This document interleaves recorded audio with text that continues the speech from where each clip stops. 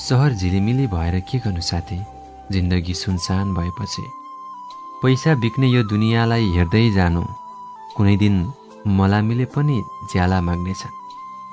सबै कुराले सुविधा सम्पन्न यो सहरमा पीडा हुँदाखेरि पक्कानिएर रुने ठाउँ बनाउन भुलेछन्।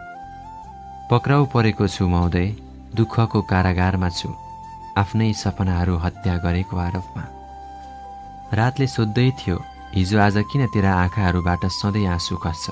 मैले भने, सबैबाट पाएको उपहार यही एउटा आँसु त छ। म दुखी छैन, समयसँगै मन भरिनु स्वाभाविक नै त हो।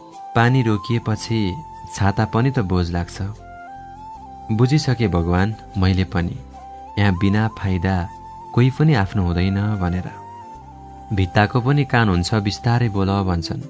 खै त कसले सुन्यो र म बन्द कोठाभित्र भक्कानिएर रोएको।